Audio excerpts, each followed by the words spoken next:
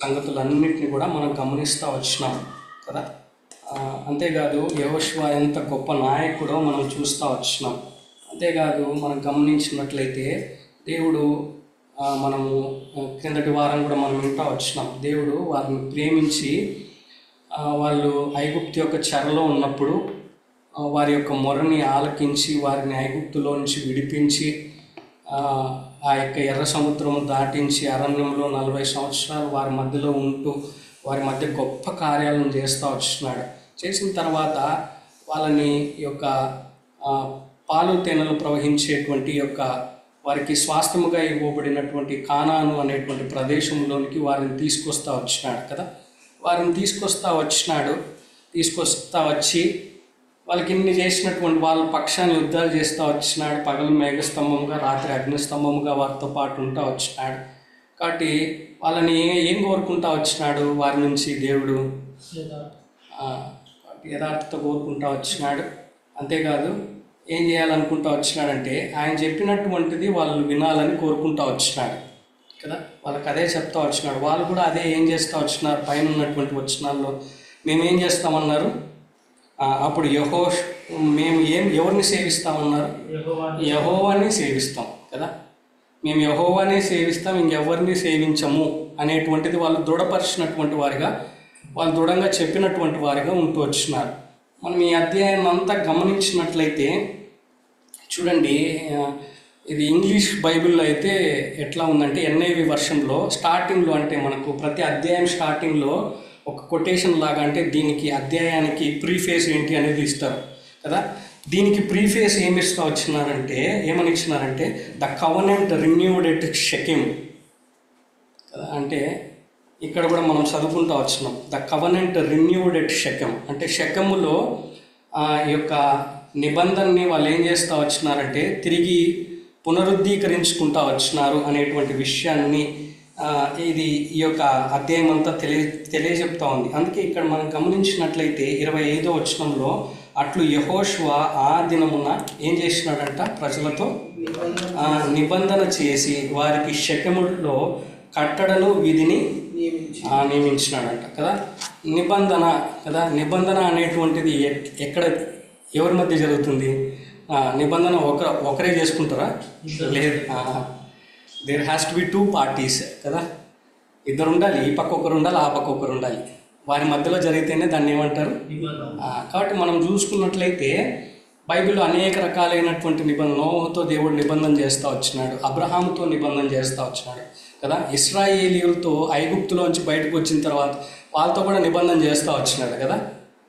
ఏది ఇచ్చినాడు? ఆజ్ఞలనిచ్చి నిబంధన చేస్తూ వచ్చినాడు కదా. తర్వాత మనం గమనించినట్లయితే దావీదుతో నిబంధన చేసినాడు కదా.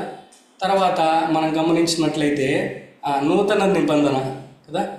కాబట్టి ఈ రకంగా అనేక రకాలైనటువంటి నిబంధనలు ఉంటా వచ్చినాయి. కాబట్టి వీళ్ళతో కూడా దేవుడు యెహోషువ ఏం చేస్తూ ఉంటున్నాడంటే ఆ దినమున ప్రజలతో నిబంధన చేస్తూ ఉంటున్నాడు. నిబంధన చేసి వాళ్ళకి ఏమిచ్చినాడంట? కట్టడలను విధులను ఏం చేసినాడంట? వాళ్ళకి నియమించినాడు. అది కాబట్టి మనం కూడా గమనించినట్లయితే మనం ఇప్పుడు ఏ నిబంధనలో మనం పాలివారం? కొత్త నిబంధనలో పాలివారం కదా. యేసుక్రీస్తు ప్రభు వారిలో మనము క్రొత్త నిబంధనలో పాలివారం అవుతా వచ్చినాం. It's a new covenant made between us కదా. కాబట్టి గమనించినట్లయితే చూడండి, మత్తయి సువార్త 26వ అధ్యాయంలో మనం గమనించినట్లయితే ఈ కొత్త నిబంధన ప్రవచనాల్లో కూడా, అంటే పాత నిబంధనలో కూడా యెహెజ్కేలు గ్రంథంలో అనేక చోట్ల రాయబడుతూ వచ్చింది కొత్త నిబంధన గురించి.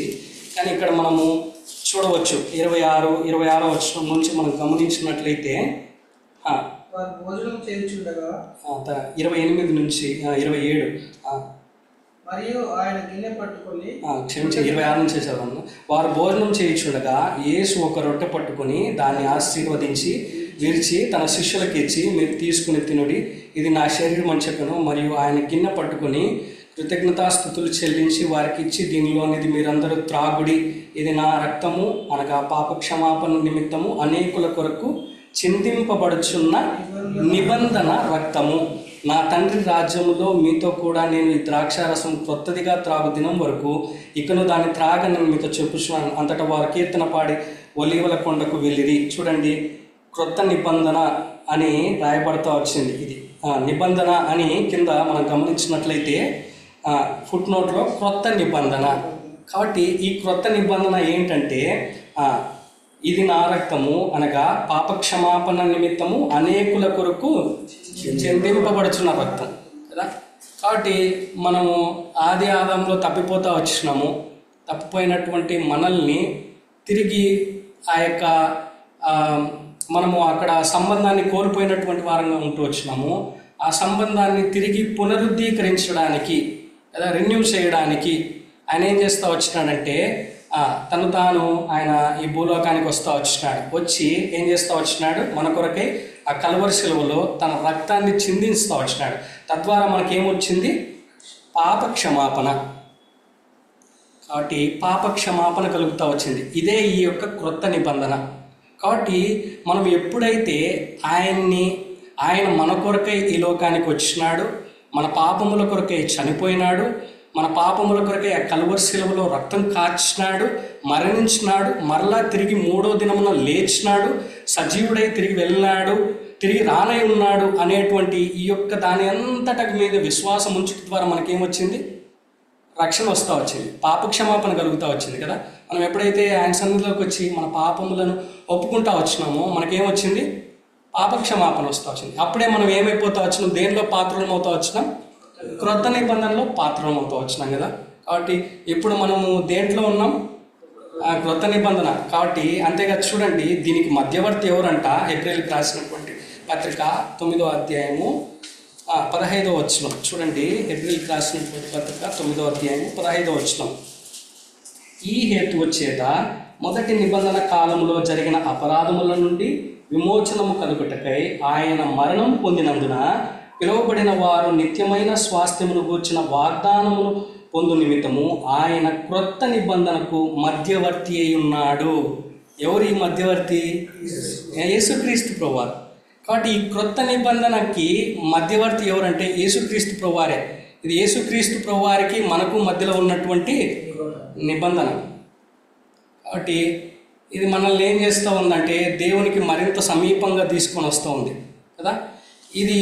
ఈ నిబంధన ఇచ్చి మనకేమిచ్చినాడు ఆయన. ఇప్పుడు ఆడ ఇశ్రాయేల్కి ఏమిచ్చినాడు యెహోషువ, నిబంధన చేసుకున్న తర్వాత ఏమిచ్చినాడు, విధులను మనకు కూడా ఇచ్చినాడా లేదా అది. కాబట్టి మనం ఈ క్రొత్త నిబంధనలో పాత్రమైన తర్వాత మనకు కూడా కొన్ని విధులను కట్టడాలను ఇచ్చినాడు కదా. కాబట్టి మనం వాటిని ఫాలో అయ్యేటువంటి వారంగా మనం ఉంటూ రావాలి. అదే యెహోషువ వాళ్ళతో చెప్తా ఉంటున్నాడు. అదే నిబంధన అంటే అంటే 2 పార్టీస్ మధ్య ఏకీభావం.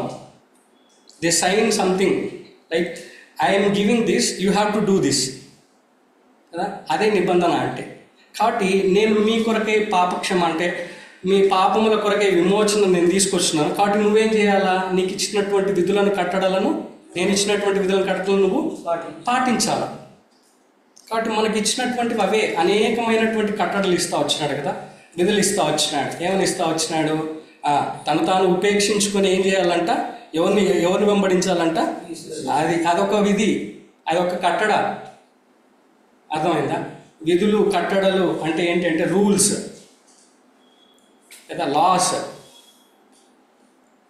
కొన్ని వాటిలో డిక్రీస్ అని ఉంది, ఆర్డినెన్స్ అని ఉంది.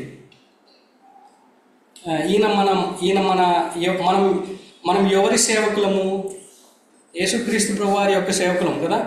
కాబట్టి ఆయన ఆర్డర్ చేస్తాడు కొన్ని చేయమని. ఆయన ఆర్డర్ చేసినప్పుడు ఆయన ఆర్డినెన్స్ కింద మనం చేయాలి కొన్ని. కాబట్టి ఇవన్నీ మనం జరిగించేటువంటి వారంగా మనం ఉంటూ రావాలి. అంతేకాదు అపోస్తుల కార్యం 2:42 ఏమనుంది, వారు అపోస్తుల బోధ ఎందును సహవాసమందును ఎందును ప్రార్థన చేయటం ఎడతెగగా ఉండేది. ఇది ఒక నిబంధన. కాబట్టి ఆ నిబంధనలో మనం ఏం చేయాలా, ఇది ఒక కట్టడ విధి. కాబట్టి మనం వాటిని ఏం చేయాలా, మనం పాటించేటువంటి వారంగా ఉంటున్నారు. కాబట్టి ఇదే చాలా ముఖ్యమైనటువంటివి. కాబట్టి అవే మనకి ఇస్తూ వచ్చినాడు కదా. వాళ్ళకి ఆ దినాన యెహోషువ ఏం చేస్తూ వచ్చినాడంటే నిబంధన చేసుకున్న తర్వాత విధులను కట్టడలను వాళ్ళకి ఇచ్చినాడు. నియమించినాడు, మీరు వాటిని పాటించాలని చెప్తా వచ్చినాడు. ఈనాడు మనకు కూడా యేసుక్రీస్తు ప్రభు వారు కృత నిబంధనలో భాగమైనటువంటి మనల్ని ఆయన మనకు కూడా కొన్ని కట్టడల్ని, విధుల్ని ఇచ్చినాడు. కాబట్టి వాటిని మనం కూడా పాటించేటువంటి వారంగా మనం ఉంటురాలి. ఆ విధంగా మనం ఉండాలి. అంతేకాదు తర్వాత గమనించండి, చూడండి 25వ వచనం తర్వాత 26వ వచనం. ధర్మశాస్త్ర గ్రంథంలో చాలా దేవుని ధర్మశాస్త్ర గ్రంథములో ఆ వాక్యములను ఏం రాయించినాడు? చెప్పినటువంటి విధుల్ని, కట్టడల్ని ఎక్కడ రాయించినాడు? అది ఇప్పుడు దేవుడు అంతా ఇవన్నీ కూడా కరెక్ట్గా చేసి మనకు ఫైనల్గా ఏమి ఇచ్చినాడు? అది రాయించి ఏమి ఇచ్చినాడు? ఇది ఇచ్చినాడు కదా. ఆనాడు వాళ్ళకు కూడా ఏం చేసినాడంటే ఏదైనా కానీ రికార్డెడ్ ఉండాలి కదా, ఏదైనా కానీ రికార్డెడ్ ఉండాలి, అంతేనా? ఒకప్పుడు ఏం చేస్తున్నారు పోలీసు వాళ్ళు? ఎఫ్ఐఆర్లు కానీ ఎక్కడ రాస్తూ ఉన్నారు? పేపర్ మీద రాస్తున్నారు. ఇప్పుడైతే కంప్యూటర్లో కదా. అప్పుడు ఆ రికార్డ్స్, ఇప్పుడు కంప్యూటర్ రికార్డ్స్. కాబట్టి ఏదైనా రికార్డెడ్ ఉండాలి, ప్రూఫ్ ఉండాలి. లేకపోతే మనిషి అంత సులభంగా నమ్మడు కదా, మానవుడు అంత సులభంగా నమ్మడు. అందుకే ఏంటంటే వీళ్ళకి ప్రూఫ్గా ఏం చేస్తూ ఉంటున్నాడు యెహోషువ? వాళ్ళకి నియమించినటువంటి ఆ కట్టడలని, విధులను ఏం చేసినాడు? ధర్మశాస్త్ర గ్రంథంలో రాయించినాడు. కాబట్టి అదేవిధంగా దేవుడు యేసుక్రీస్తు ప్రభువారు కూడా చూడండి ఎంత అద్భుతంగా ఈ బైబిల్ని ఈ విధంగా రావడానికి ఎంతమంది కష్టపడ్డారు కదా. ఎంతోమంది వారి జీవితాలను త్యాగం చేస్తూ వచ్చినారు. చివరిగా మనకి దీన్ని ఏం చేస్తూ వచ్చినాడంటే అందిస్తూ వచ్చినాడు. దీన్ని తర్జుమా చేయడానికి కానీ, దీన్ని మన మధ్యలోకి తీసుకొని రావడానికి ఎంతోమంది బలవుతూ వచ్చినారు కదా. ఎంతోమంది తమ ప్రాణాలను అర్పించుకుంటూ వచ్చినారు, తమ జీవితాలను అర్పించుకుంటూ వచ్చినారు. కాబట్టి ఈ విధులని, కట్టడల్ని మనకి దేవుడు రాయించి మీరు మర్చిపోతారు కదా, చెప్పినాం కరెక్టే కానీ మీరు మర్చిపోతారు. కాబట్టి రాయించితే ఏం చేయాలి? మనం రాయించిన తర్వాత ఏం చేయాలి? దాన్ని అది కరెక్టే, రాయించింది బాగానే ఉంది కదా, కొనుక్కున్నాం బాగానే ఉంది, ఎత్తుకొని పోయి లోపల పెడితే ఏమవుతుంది? దానివల్ల ఏ ఉపయోగం ఉండదు కదా. మనం ఎట్లా ఉంటుంది, చాలాసార్లు ఎట్లా ఉంటుంది, ఒక చెవితో వింటాము, ఒక చెవితో అంతే. అందుకే దేవుడు ఏం చేస్తూ ఉంటున్నాడంటే రాయించి ఇశ్రాయేలీలు కూడా ఆ తర్వాత మీరు చూడండి రాజులు అనేక మంది ధర్మశాస్త్ర గ్రంథమును తెప్పించి చదివించినారని రాయబడుతుంది. కాబట్టి మనం కూడా చేయాలా. అందుకే దావీదు రాజు అంటాడు, దివారాత్రములు ఏం చేయాలంటే దాన్ని ధ్యానించాలి.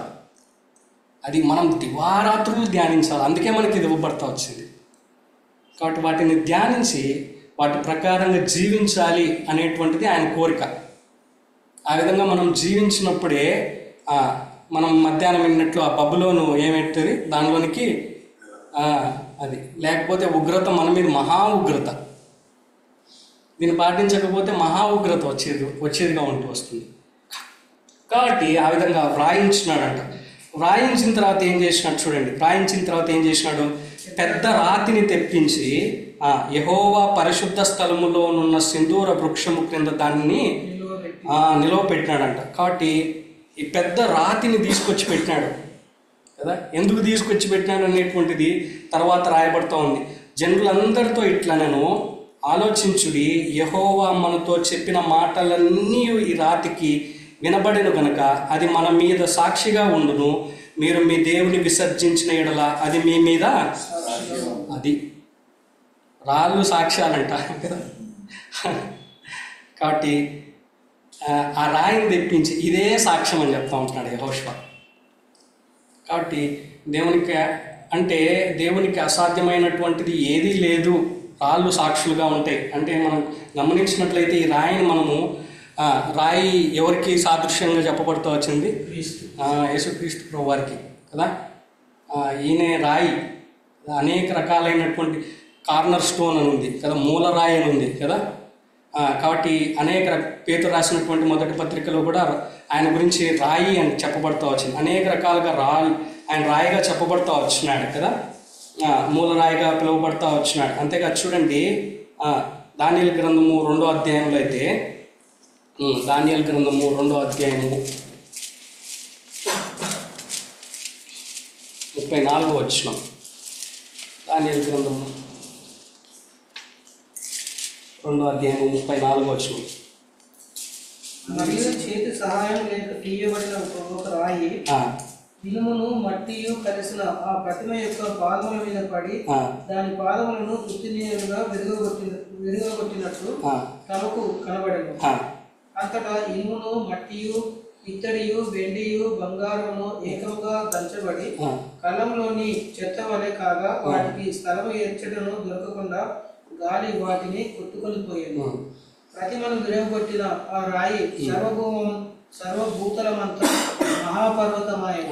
సర్వభూతలమంతా ఈ రాయి అంట. చేతి సహాయము లేక తీయబడినటువంటి రాయి అంట కదా.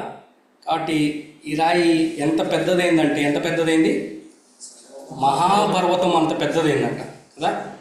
కాబట్టి అందుకే మనం గమనించినట్లయితే ప్రకటన గ్రంథం 21వ అధ్యాయంలో ఆయన ప్రభువులకు ప్రభు, రాజులకు రాజు, ప్రభువులకు ప్రభువు అని చెప్పబడతా వచ్చింది కదా.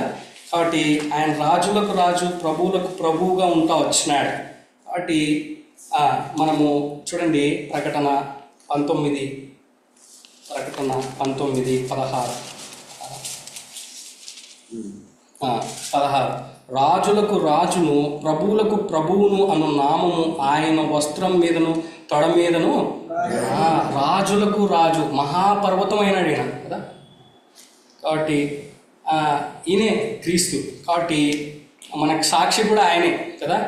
కాబట్టి మనమందరం కూడా ఏ న్యాయపీఠం ఎదుట పోతాం మనము? ఎక్కడుంది అది? 2వ కొరింథీయులకు రాసినటువంటి పత్రిక చూడండి. 2వ కొరింథీయులకు రాసినటువంటి పత్రిక 5వ అధ్యాయము 10వ వచనం. ఎందుకనగా తాను జరిగించిన క్రియల చొప్పున అవి మంచివైనను సరే చెడ్డవైనను సరే దేహంతో జరిగించిన వాటి ఫలమును ప్రతివాడును పొందునట్లు మనమందరమును క్రీస్తు న్యాయపీఠం ఎదుట ప్రత్యక్షము అది. కాబట్టి తీర్పు తీర్చేటువంటి వాడు అది ఆయనే. కాబట్టి ఇక్కడ కూడా వాళ్ళకి ఏది వాళ్ళని టెస్టిఫై చేస్తుంది? రాయి. కాబట్టి మనల్ని కూడా ఏం టెస్టిఫై చేసి అక్కడ యేసుక్రీస్తు ప్రభువారు. కాబట్టి రాయికి సాదృశ్యంగా ఉన్నటువంటి యేసుక్రీస్తు ప్రభువారి ఎదుట మనం నిలబడతాం మన క్రియలను బట్టి. అందుకే మనము ఏం చేయాలంట? అందుకే ఆయన ఇచ్చినటువంటి విధుల్ని, కట్టడల్ని, ఆయన రాయించినటువంటి వాటిని మనము పాటించినప్పుడు మనం ఏం చేస్తామంటే అక్కడికి వెళ్ళినప్పుడు ఆయన దగ్గరికి, ఆ న్యాయపీఠం దగ్గరికి వెళ్ళినప్పుడు మన కార్యములను బట్టి మనకు గొప్ప ప్రతిఫలం ఇవ్వబడుతూ వస్తుంది కదా. అక్కడ మనము ఒకవేళ మనం సరిగ్గా జీవించలేకపోతే, ఈ లోకంలో నమ్ముకొని కూడా మనం సరిగ్గా నిలబడలేకపోతే, జీవించలేకపోతే, మన ఇష్టానుసారంగా జీవిస్తా కదా. అనేక మార్లు మనము సందేహాలతో కదా, ప్రభువా నా జీవితంలో ఎందుకు ఇట్లా జరుగుతుంది, నేను నిన్ను నమ్ముకున్న తర్వాత ఎందుకు ఇంతగా పడిపోయినాను, ఇంత దారుణమైనటువంటి పరిస్థితి అయిపోయింది అని మనం అనేక సార్లు అనుకొని గొనుక్కొని కదా. కాబట్టి ఏమైపోతామంటే అక్కడ సిగ్గు ముఖంతో నిలబడాల్సి వస్తుంది. కాబట్టి ఆ విధంగా నిలబడకూడదు.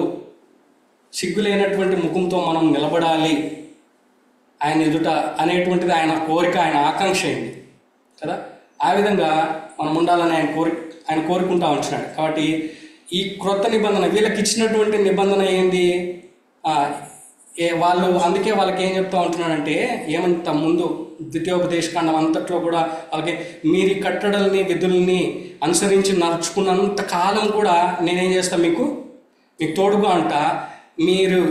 మీకు ఈ పాలు తేనెలు ప్రవహించేటువంటి దేశంలో మిమ్మల్ని మంచి స్థాయిలో ఉంచుతా అని చెప్తా వచ్చాడు కదా. ఎప్పుడైతే మీరు వీటిని అనుసరించి నడుచుకోకుండా ఉన్నట్లయితే మిమ్మల్ని ఏం చేస్తా అన్నాడు? వేరే వాళ్ళకి అప్పచెప్తా అన్నాడు. క్లియర్గా చెప్పినాడు కదా వాళ్ళకి. కాబట్టి వాళ్ళకి అది ఇచ్చినటువంటి నిబంధన. కానీ మనకి ఇచ్చినటువంటి క్రొత్త నిబంధన ఏంటి? శాశ్వత కాలంతో కూడుకున్నటువంటి నిబంధన కదా. This is ever lasting covenant. కాబట్టి ఈ ఎవర్ లాస్టింగ్ కవనెంట్లో మనం ఉన్నాం. కాబట్టి ఇది నిత్యత్వంలోనికి కదా. కాబట్టి ఇక్కడ కూడా టూ ఉన్నాయి. ఏందండి? నిత్యత్వంలో ఆయనతో పాటు ఉండడం, ఇంకోటి ఏంది? నరకం కూడా ఉంది. కాబట్టి we have to be very careful. కాబట్టి చాలా జాగ్రత్తగా మనం ఉండాలి కదా. చాలా ఎందుకు వీళ్ళకి ఈ యెహోషువ ఇశ్రాయేల్కి ఈ విధంగా చెప్తా ఉన్నాడు చెప్పండి. తప్పిపోతా వచ్చినారు. అంతేకాదు వాళ్ళ మధ్యలో ఇప్పుడు ఎవరున్నారు, ఇంకా కనానీయులు ఉన్నారు. వీళ్ళందరినీ ఎల్లగొట్టినారా? ఎల్లగొట్టలే. అది అర్థమైందా? అంటే యెహోషువకి అర్థమైపోయింది వీళ్ళు ఎవరు లేకుండా అరణ్యంలో ఉన్నప్పుడు ఎంతగా సనిగినారు కదా, ఎంతగా కొనిగినారు, ఎన్నిసార్లు తప్పిపోయినారు. కాబట్టి ఇప్పుడు వీళ్ళ మధ్యలో ఎవరున్నారు? కనానీయులు ఉన్నారు, ఇంకా ఆ దేశంలో హైవీలు ఉన్నారు, వాళ్ళంతా ఉన్నారు అక్కడ. యెబూసీయులు ఇంకా అక్కడ నివసిస్తూ ఉంటున్నారు. కాబట్టి వీళ్ళ మధ్యలో ఉన్నారు. కాబట్టి వీళ్ళు మధ్యలో ఉన్నప్పుడు వీళ్ళు తప్పిపోయేటువంటి ఆస్కారము ఇంకా ఎక్కువ ఉంది. అందుకే వీళ్ళ పక్షాన అంతా పట్టింపు కలిగినటువంటి వాడిగా యెహోషువ ఉంటా వచ్చినాడు. అందుకే యెహోషువ గొప్ప లీడర్ అవుతా వచ్చినాడు. Is a very good leader, చాలా మంచి లీడర్ కదా. వాళ్ళ కొరకే అంత పట్టింపు కలిగినటువంటి వాడిగా ఉండి విధులని కట్టడాలను నియమించడం మాత్రమే కాకుండా వాటిని రాయించి సాక్షిగా ఏం పెట్టినాడు ఒకదాన్ని, అది. కాబట్టి మనకు కూడా దేవుడు ఏం చేస్తూ వచ్చినాడంటే ఆ క్రొత్త నిబంధనలో భాగంగా మనకు కూడా ఏం చేస్తూ వచ్చినాడు, పాపక్షమాపణ కలగజేసి మనల్ని ఆ పాపముల నుంచి విడిపించి మనల్ని రక్షించి ఆయన ఏం చేస్తూ వచ్చినాడు, మనకు కూడా కట్టడల్ని విధుల్ని ఏం చేసినాడు, నియమించడం మాత్రమే కాదు వాటిని రాయించి మన చేతికిచ్చి వాటిని ధ్యానించమని చెప్పి వాటి ప్రకారంగా మనం నడుచుకోవాలని చెప్తా వచ్చినాడు కదా. కాబట్టి ఆ విధంగా మనము జీవించాలి. కాబట్టి మనకు సాక్షిగా ఉండేటువంటి వారు ఎవరు? కాబట్టి ఆ విధంగా మనము ఆ యొక్క విధుల్ని కట్టడల్ని అనుసరించి నడుచుకునేటువంటి వారంగా మనం ఉండాలి అని ఆయన జ్ఞాపకం చేస్తూ వచ్చినాడు. అంతేకాదు చూడండి, మనం గమనించినట్లయితే యెహోషువ వీళ్ళని ఏం చేస్తూ వచ్చినాడంటే పునరుద్ధీకరిస్తూ వచ్చినాడు కదా. వాళ్ళని పిలిపించి ఏం చేసినాడంటే మీరేం చేసుకోవాలంటే ఈ యొక్క నిబంధనని యూ హ్యావ్ టు రెన్యూ, పునరుద్ధీకరించాలి కదా. కాబట్టి మనం కూడా ఏం చేసుకోవాలంటే ఈ క్రొత్త నిబంధనలో భాగంగా చూడండి, మనం కూడా కొరింథీయులకు రాసినటువంటి 2వ పత్రిక 4వ అధ్యాయము 16వ వచనం నుంచి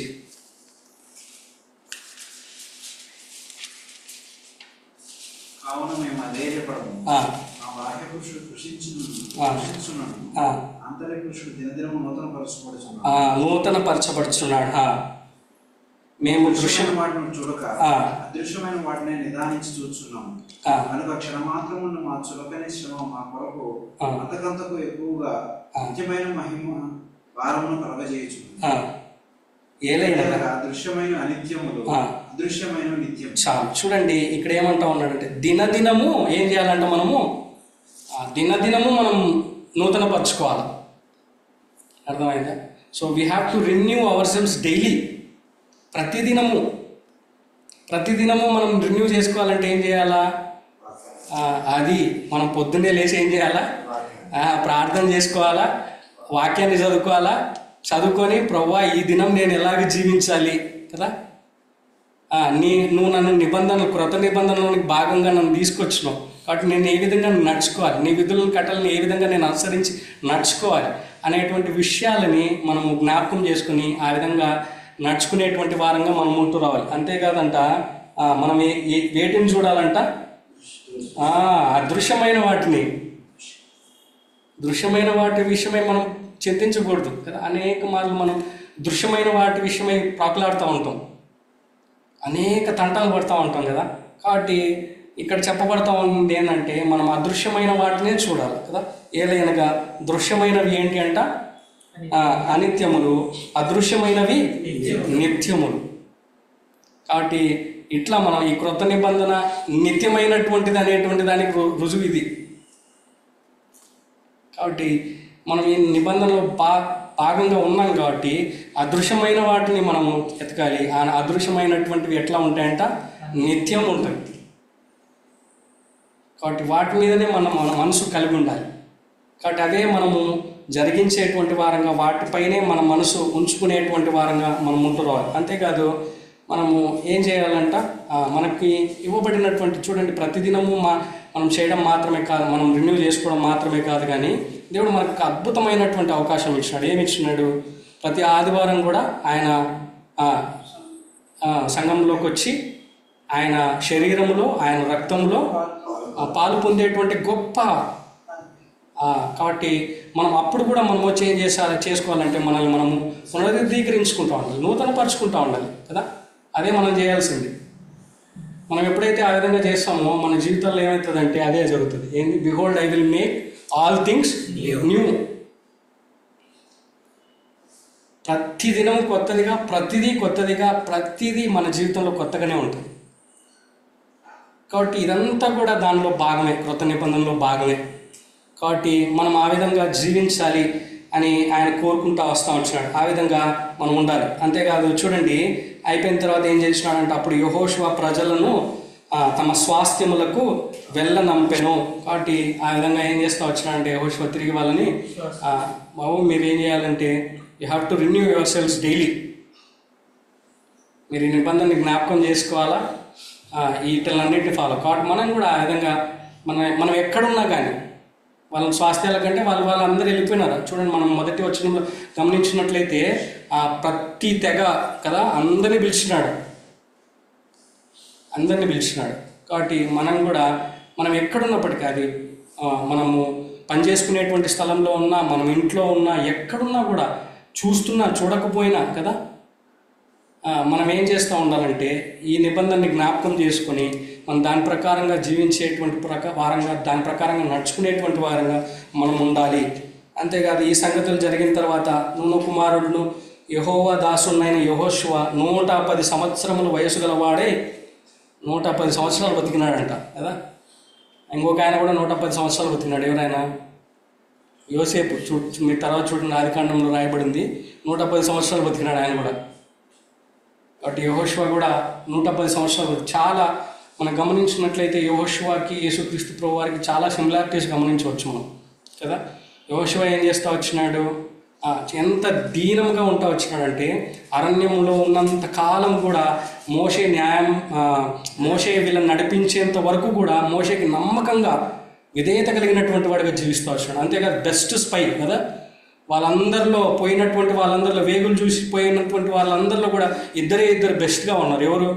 యెఫున్నె కుమారుడైనటువంటి కాలేబు, నూను కుమారుడైనటువంటి అది. వాళ్ళిద్దరి గురించే సంఖ్యాకాండం 13వ అధ్యాయంలో 14వ అధ్యాయంలో రాయబడుతూ వచ్చింది. ద బెస్ట్గా ఉంటా వచ్చినారు వాళ్ళు. కాబట్టి అంతేకాదు, తర్వాత ఏం చేస్తూ వచ్చినాడంటే దేవుడు మోషే చనిపోయిన తర్వాత యెహోషువని లీడర్గా పెట్టినాడు.